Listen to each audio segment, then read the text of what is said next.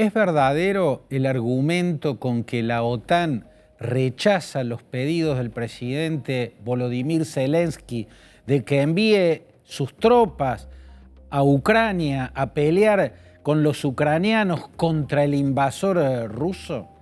El argumento con que la OTAN ha venido rechazando sistemáticamente ese pedido que le hace Zelensky de que entre en confrontación directa contra Rusia, porque el poder de Rusia es abrumadoramente superior en términos militares al poder defensivo de Ucrania. ¿Tiene razón la OTAN al rechazar este pedido? ¿Es correcto el razonamiento que hace Vladimir Putin cuando explica por qué está invadiendo a Ucrania y haciendo esta guerra catastrófica? ¿Tiene razones valederas en esa argumentación que centra en la expansión de la OTAN hacia el este y que victimiza a Rusia de esa expansión que le va tendiendo un cerco geopolítico? ¿Es razonable ese argumento de Vladimir Putin? A la primera pregunta, si es verdadera la argumentación de la OTAN, cuando le explica a Zelensky por qué no puede meter sus tropas en Ucrania a luchar junto a los soldados ucranianos contra el invasor ruso. En ese sentido hay una parte que es concretamente cierta: la existencia del artículo número 5 del Estatuto de la OTAN, el equivalente a la Constitución de la OTAN, establece en su quinto artículo que la Organización del Tratado del Atlántico Norte solo puede entrar en una guerra cuando un país miembro es atacado por una potencia externa a la organización. Y la verdad es que Ucrania no es miembro de la OTAN, solamente ha pedido ser parte de la OTAN, pero miembro no es.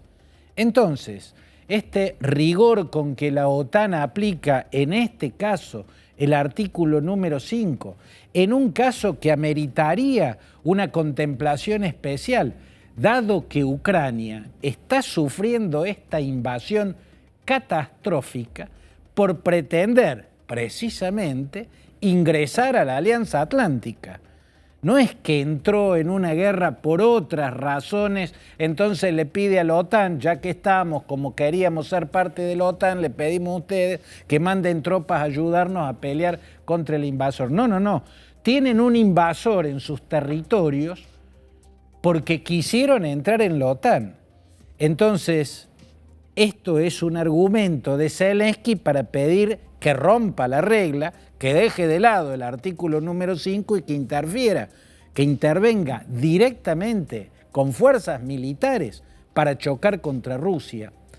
Y la OTAN le dice que no, y le vuelve a hablar del artículo número 5 y le aplica con rigor ese estatuto que establece que solo puede entrar en guerra si un país propio es atacado, si un país no miembro es atacado, por más simpático que le caiga, por más amigo que sea de las potencias occidentales, eso no alcanza para que entre en una guerra.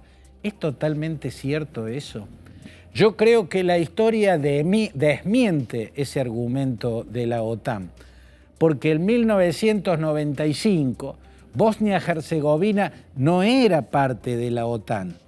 Y sin embargo la OTAN entró en guerra directa bombardeando en Pale, la parte de Bosnia-Herzegovina donde estaban las bases principales de la milicia serbo-bosnia que estaba arrasando a Bosnia-Herzegovina para robarle territorios, que estaba perpetrando una limpieza étnica y que estaba perpetrando masacres y exterminios. Pale era la capital donde estaban los líderes de Bosnia-Herzegovina, Radovan Karadzic y Ratko Mladic, y allí apuntaron los bombarderos de la OTAN, volaron hasta ahí y los bombardearon hasta descalabrar el poderío militar de esa fuerza interna, porque eran serbo-bosnios, que peleaban contra los musulmanes bosnios y y contra los croatas bosnios para echarlos del territorio y quedarse con la máxima porción posible de Bosnia-Herzegovina para crear un estado sarbo-bosnios, sin musulmanes y sin croatas. Con ese objetivo realizaron el sitio a Sarajevo y la convirtieron en lo que Juan Pablo II llamó en ese momento la ciudad mártir. Perpetraron masacre tras masacre tirándole desde las montañas que la rodean a la capital de Bosnia, ¿no? Jugaban al tiro al blanco con la gente, cometieron genocidios como el de Srebrenica, ¿no? Y la OTAN entró a ponerle fin a ese desastre. La OTAN entró en confrontación directa, bombardeó los sitios donde estaban los puntos de ataque y las divisiones más poderosas de las milicias serbo-bosnias que lideraban el psiquiatra Radovan Karadzic y el general Ratko Mladic. ¿Qué pasó ahí con el artículo 5 del estatuto? ¿Por qué en esa ocasión lo pudieron dejar de lado? Y no fue la única vez. 4 años más tarde, todavía no había concluido la década del 90, pero ya estaba finalizando, y vuelve a entrar en confrontación directa la OTAN, en este caso, contra el régimen de Slobodan Milosevic, último presidente de Yugoslavia, presidente también en ese momento, líder de Serbia, quien desde Serbia, desde Belgrado, estaba conduciendo una limpieza étnica en lo que hasta ese momento había sido una provincia autónoma de Serbia, Kosovo. En Kosovo la mayoría de la población es albanesa, los albaneses son otra raza y son musulmanes, los serbios son eslavos. Los serbios, por orden de Milosevic, estaban expulsando a los albaneses musulmanes de Kosovo, los estaban echando a través de las montañas, ¿no? Para que fuesen a vivir a Albania o a Montenegro, o en cualquier otro lugar que no sea Kosovo. Y la OTAN puso sus buques y sus bombarderos en el mar Adriático, con el general Wesley Clark a la cabeza, puso inicio a una operación militar que terminó destruyendo el régimen que encabezaba Slobodan Milosevic. Ahí cayó el carnicero de Belgrado. También en esa ocasión dejaron de lado, porque Kosovo ni siquiera era un país, no es que no era miembro de la OTAN, ni siquiera era un país. Sí, podrán decir, bueno, pero en ese caso el Consejo de Seguridad de Naciones Unidas determinó. Está bien, pero el estatuto en el artículo 5 dice que no pueden entrar en una guerra si el atacado es un país que no es miembro. Kosovo era una provincia autónoma de Serbia hasta ese momento, y Bosnia-Herzegovina era un país que había votado la mayoría musulmana a Ali Izetbegovic, un líder musulmán, hizo un referéndum, decidieron separarse de Yugoslavia, y por esa decisión de separarse de Yugoslavia, Milosevic armó a las milicias serbias de Bosnia, iniciando esa guerra sanguinaria, esa guerra criminal. Y la OTAN puso en stand-by el artículo número 5 y entró en acción. Y eso no le explica a Zelensky, aunque Zelensky se ve que a ese capítulo de la historia de Europa no lo conoce, porque podría estarle diciendo ese ejemplo a la OTAN y no lo ha hecho. Hasta el momento no ha mencionado ese caso, que sería un argumento a favor de su demanda. Pero esto le da la razón a Putin. Putin actúa correctamente, lo que dice es cierto, ¿no? Cuando justifica esta guerra criminal que está llevando adelante y que está provocando una catástrofe, diciendo no, pero la OTAN se está expandiendo. Hace tantos años que venimos diciéndole a la OTAN que deje de ampliarse hacia el este, que deje de tendernos ese cerco geopolítico. Nunca nos han escuchado. Se victimiza Vladimir Putin, victimiza a Rusia. ¿Tiene razón? ¿Es lógico ese argumento? Yo he explicado que una parte de la razón tiene.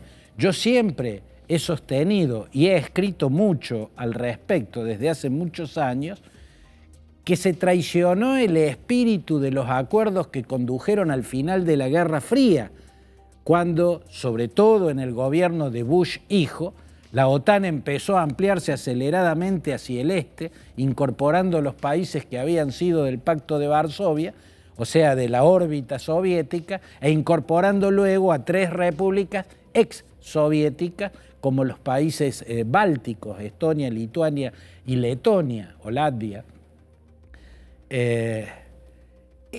Esto es cierto, yo lo he cuestionado, pero la argumentación de Putin es absolutamente falaz, porque la argumentación de Putin tendría que plantearse la situación al revés.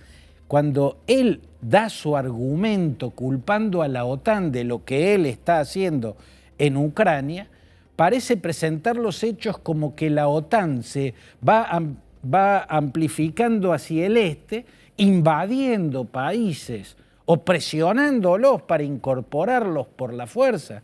Y no es así.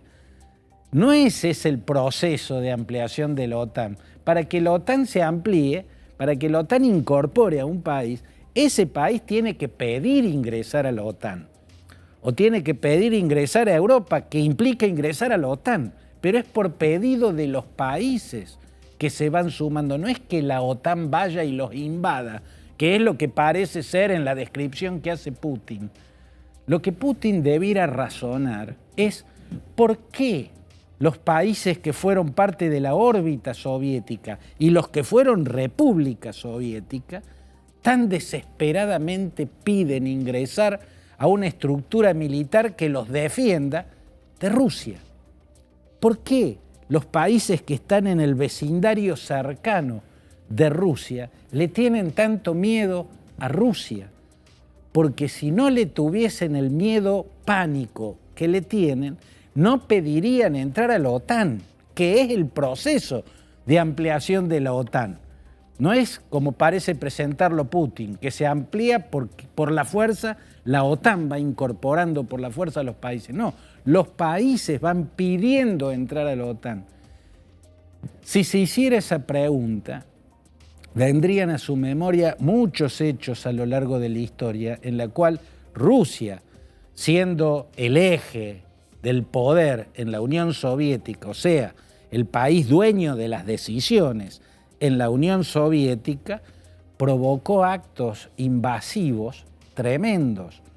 1953, el Aufstand, como se lo llamó, por la palabra que significa en alemán levantarse o levantamiento, una rebelión popular multitudinaria en Alemania Oriental, en la RDA, como se llamaba por entonces, y entraron los tanques soviéticos. A esto lo decidió Rusia.